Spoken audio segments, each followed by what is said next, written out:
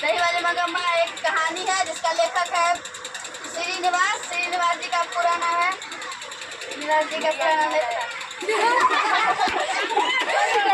मांझी। दही वाली मगम्मा के एक बहू थी और बेटा था, उसका एक पोता था। दही वाली मगम्मा दही बेचती थी और वो अपने पोते के लिए सबसे पहले दही जमाती थी, सबसे पहले अपने पोतों को खिलाती थी, उसके बाद दही बेचने जाती थी। दही बेचने जाती थी उसका पोता जिद करता था कि हम भी चलेंगे दादी, लेकिन वो गाँव से शहर जाती थी बेचने के लिए, बहुत दूर था, इससे दही मगम्मा नहीं ले जाती थी। एक दिन अपने पोते को, उसकी बहू का नाम नजम्मा था, जो मगम्मा की बहू थी, वह अपने बेटे को बहुत मारती थी। एक दिन बोली क्यों राक्षस ने क्यों अपने बेटे को मार रही है, तो वो बोली मेरा बेटा है आपसे क्या। तो मगम्मा बोली आने दो मेरे बेटे को तब मैं बोलूँगी। उसका बेटा आया तो मगम्मा बोली ऐसा बात है, तो उसका बेटा बोला उसका बेटा है तुमसे क्या है।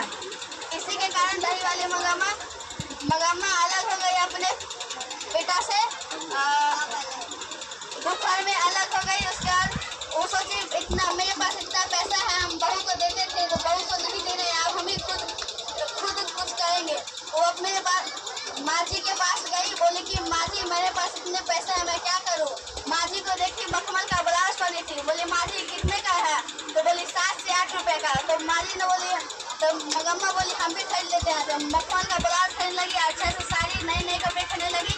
उसी गांव का जुआरी था एक रगप्पा, जो मगम्मा को ऐसे तरक्की देख के उससे जलता था और वो मगम्मा से कत्था का चूना मांगने गया था, जिसके रास्ते में अमराई का कुआं था, वही उसका हाथ पकड़ लिया। तो बोला कि ऐसा तो मेरे पति भी हाथ नहीं पकड़ते हैं, तुम क्यों पकड़ा। तो बोला दूसरे दिन फिर गया, तो बोला कि अब क्या है, तो बोले कि हमको पैसे दो। बोले पैसे हम नहीं देंगे, बोले पैसे दे दो। तो उसको पैसे दे दी। एक दिन दही मगम्मा अपने पोते के लिए मिठाई लाया था, ईटा पर रखी था मिठाई, कौवा उठा के चला गया। दादी को बोला दादी मैं कौवा ले गया है, तो मगम्मा कुछ नहीं बोली। उसके बाद उससे अलग हो गए। मगम्मा एकदम अच्छे कपड़े पहनती थी, अच्छे खाने खाती थी। तो नजम्मा सोची जो मेरी सास बहुत तरक्की कर रही है, इसके लिए वो अपने बेटे को बोली जाओ तुम दादी के पास, उनके ही पास रहना। तो नजम्मा का बेटा अपने दादी के पास चला गया, बोला कि दादी मैं आपके पास रहूंगी।